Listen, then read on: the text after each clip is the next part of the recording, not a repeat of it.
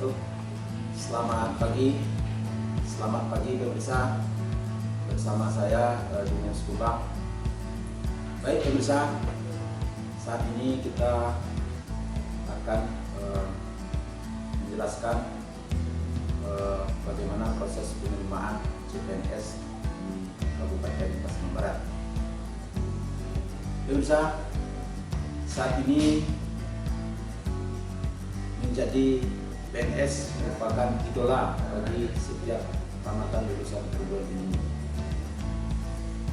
sehingga dibuktikan dengan membeludaknya pelamar CPNS tahun 2021 ini, yaitu dengan angka 9.157. Ya pemirsa, bagaimana sih enaknya jadi CPNS atau SN sehingga orang berbondong-bondong untuk ikut sebagai menjadi pegawai sipil. Bersama kita Bapak Asrul Kabid Pengadaan dan Administrasi ASN pada Badan Kepegawaian dan Pengembangan Sumber Daya Manusia Kabupaten Pasaman Barat. Pak Asrul, monggo, apa sih enaknya jadi PNS sehingga orang berbondong-bondong untuk ikut seleksi CPNS? Mohon penjelasannya Pak Asrul. Assalamualaikum warahmatullahi wabarakatuh. Terima kasih Bapak Junior selaku media sebar online Kominfo. Terima kasih atas kesempatan yang telah diberikan sama teman-teman. Pada kesempatan ini kita mengucapkan alhamdulillahirrahmanirrahim, syukur pada Allah SWT dan diberikan kesehatan, berikan kekuatan dalam tugas-tugas kita melaksanakan amanah yang telah diembankan kepada kita. Dapat kami sampaikan bahwasanya pada saat ini tahapan pelaksanaan seleksi calon pegawai negeri sipil baik itu PNS dan PPK pada tahapan saat ini telah mencapai pada tahapan menuju seleksi kompetensi dasar, di mana tahapan-tahapan sebelumnya teman-teman calon peserta telah mengikuti seleksi administrasi.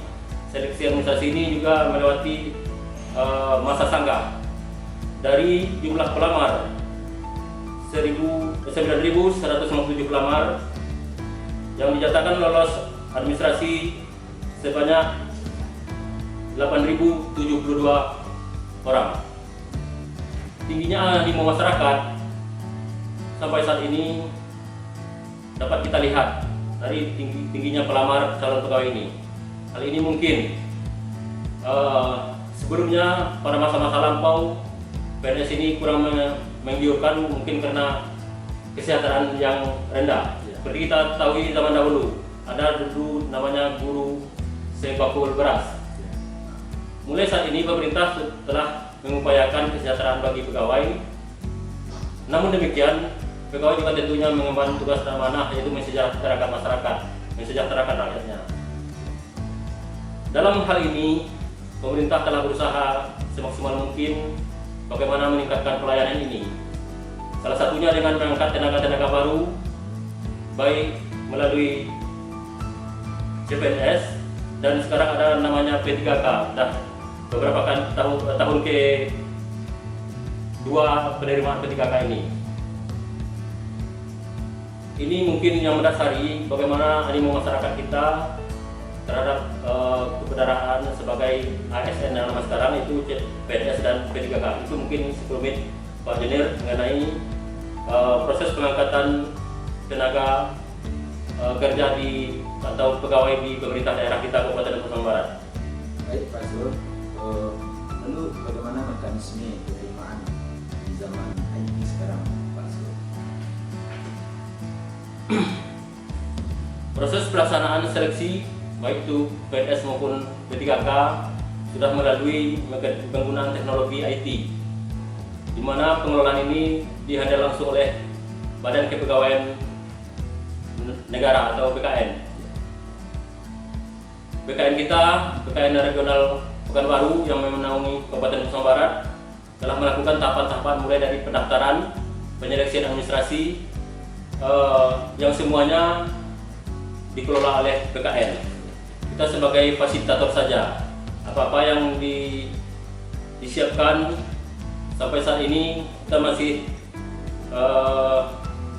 menunggu sampai tahapan ujian SKD nantinya yang direncanakan tanggal 7 sampai 21 untuk CPNS. Sementara untuk P3K guru saat ini berlangsung di 2 tempat untuk Sumatera Barat, yaitu SMA 1 Pasaman dan SMA 1 Kinadi, di mana pelaksanaan untuk P3K guru ini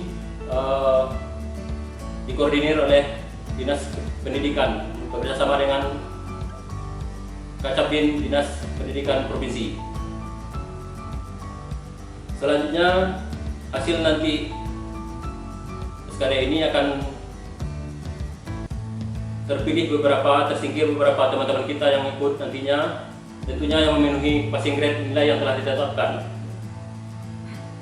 Passing grade ini akan muncul langsung berapa nilai yang diperoleh oleh teman-teman kita peserta CPNS dan P3K ini melalui ujian CAT ini. Pemanfaatan yang kita rasakan, jadi hasil ujian atau hasil seleksi teman-teman kita ini langsung dapat mereka lihat itu manfaat dari teknologi yang kita rasakan. Jadi tahap awal ini ujiannya ujian kompetensi dasar ya Pak sebenarnya. Ya, untuk CPNS pada tanggal 7 sampai 21 nanti itu adalah tahapan seleksi kompetensi dasar. Ya. Kalau boleh tahu Pak Srul, apa sih bedanya antara PNS dengan pegawai dengan perjanjian kerjanya atau P3K ini? Dapat kami sampaikan ada 2 metode sekarang pemenuhan pegawai di pemerintah, baik pemerintah pusat maupun pemerintah daerah. Ada diistilahkan dengan 2, PNS dan P3K. Seperti kita ketahui, PNS ini adalah pegawai pemerintah yang telah permanen. Mereka ditugaskan sebagai penyelenggara pemerintahan atau abdi negara sampai mereka masih usia pensiun ataupun sampai bagi yang usia singkat sampai mereka meninggal. Tapi yang bagi mereka alhamdulillah sehat, mereka sampai usia pensiun atau batas usia pensiun, itu yang PNS. Sementara P3K adalah pegawai yang direkrut oleh pemerintah dengan perjanjian kerja. Perjanjian kerja ini minimal 1 tahun, bisa diperpanjang oleh pemerintah selama mereka masih tenaga mereka masih dibutuhkan. Hak dan kewajiban mereka dalam melaksanakan tugas apakah sama? Sesuai peraturan perundang-undangan, hak dan kewajiban mereka sama kecuali 1. P3K ini Pak, mereka sesuai dengan peraturan perundang-undangan tidak diberikan uang pensiun. Nah, ini perbedaan yang signifikan perlu kita pahami oleh masyarakat kita sekarang. Hak dan kewajiban P3K itu sama kecuali 1, mereka tidak diberikan pensiunan. Dan itu satu lagi perlu disampaikan masyarakat kita Pak, P3K itu adalah perjanjian kerja. Mereka tidak sampai batas usia pensiun. Jika mereka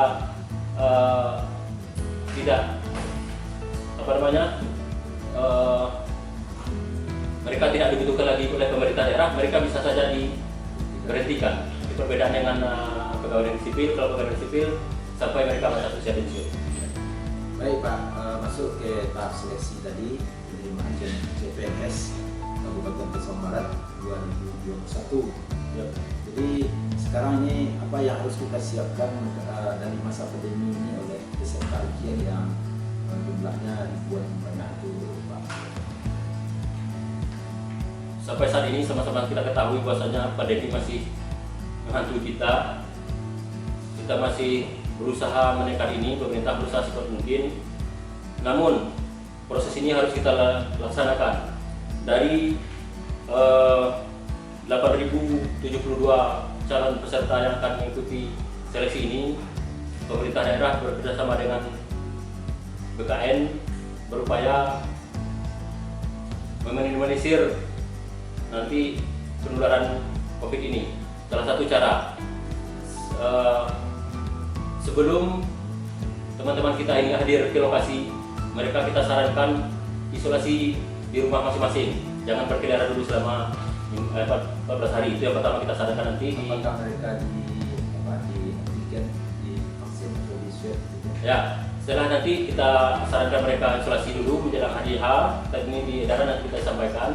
Berikut tahapan dalam proses seleksi ini sesuai dengan edaran BKN, bahwasanya teman-teman peserta ini sebelum mereka ujian minimal H-1 mereka melakukan rapid test. Mereka lakukan rapid test. Jika mereka terkonfirmasi, mereka harus melapor. Dan proses selanjutnya pas saat ujian, Pak Jun, mereka kita lakukan scan, uji cek suhu tubuh dan segala macam. Juga kita siapkan alat protokol kesehatan yang ketat dan jaraknya minimal 1 meter, dan kita sediakan sanitizer. Berikut satu hari itu kita rencanakan 3 sesi. Setelah sesi pertama selesai, ruangan disterilkan kembali, kita semprot.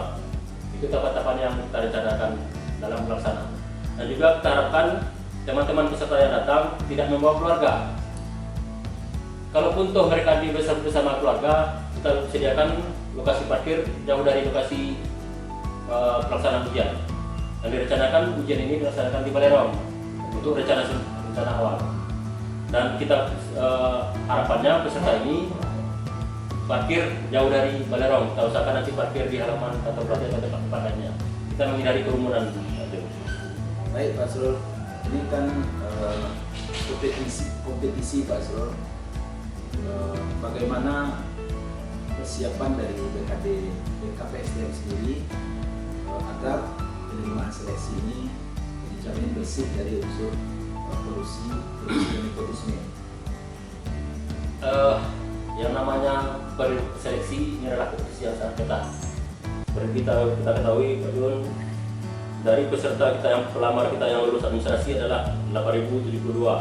Sementara yang kita terima nantinya lebih kurang 1.400-an. Berarti lebih dari 300% mereka akan tersingkir. Tentunya agar terhindar dari kita menjaga netralitas, kayak seleksi ini terhindar dari korupsi dan nepotisme ini. Seperti kita ketahui, pelaksanaan ini dari awal sudah menggunakan teknologi IT.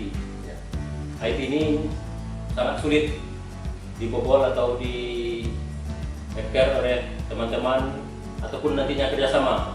Jadi dijamin kerahasiaan. Seperti sebelumnya ujian ini melalui ini soal-soal tidak sama. Ini sudah dirandom oleh BKN dan melalui tim penyelesaian soal. Mereka ujian sekarang direncanakan 150 orang Pak Jon per sesi dengan 150 PC komputer. Mereka di jarak 1 meter dengan melakukan prokes. Nah, jadi harapan kita dengan IT ini ya kompetensi masing-masing lah yang muncul tanpa melihat teman. Karena apa? Di soal nanti tidak ada soal yang sama satu sesi ini. Artinya dijamin kemurnian dari sesi ini. Kompetensi kita dalam ujian seleksi CPNS kita tahun ini Pak Srul. Ya. Baik Pak Srul, ada nggak titik khusus Pak Srul supaya para peserta ini bisa lolos dalam melaksanakan ikut dalam peserta CPNS ini? Baik, ini perlu juga kami sampaikan kepada teman-teman calon peserta seleksi nantinya.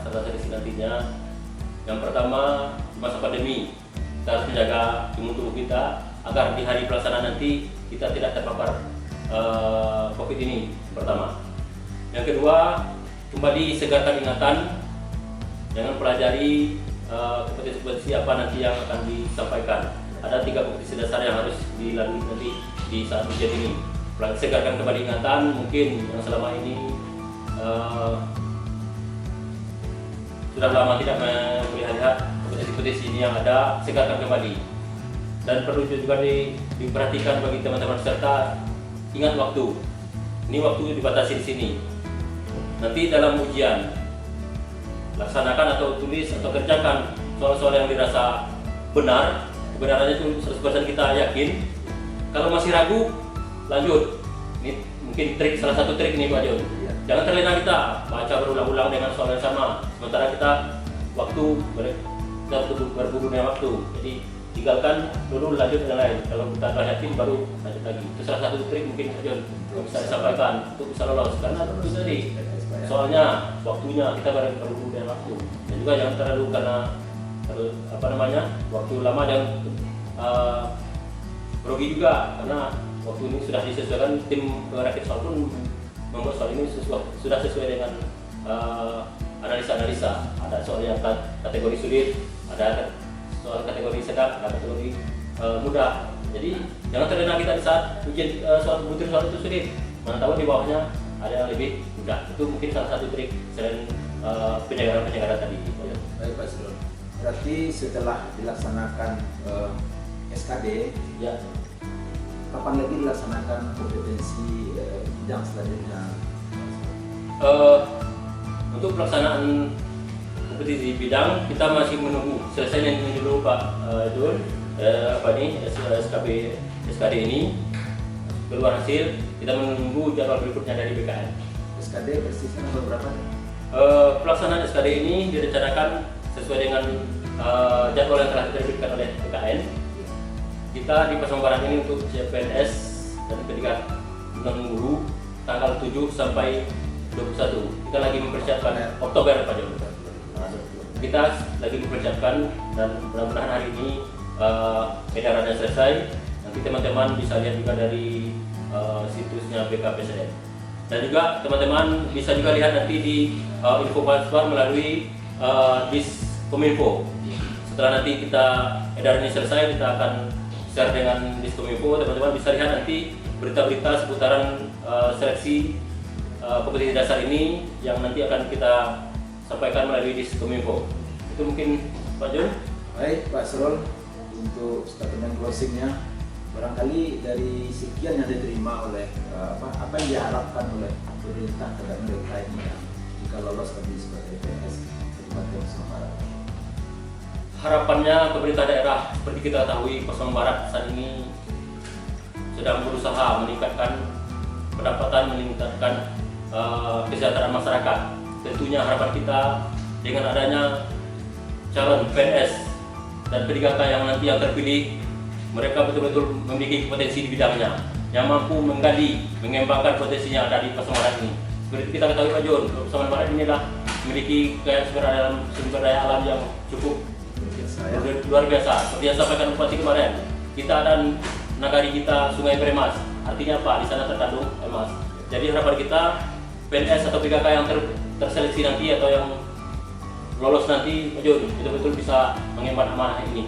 Itu harapan kita bersama, dan mudah-mudahan kita diberikan kekuatan, kesehatan, dan pelaksanaan CPNS ini dan PKK ini berjalan dengan sebaik-baiknya. Baik, terima kasih pemirsa.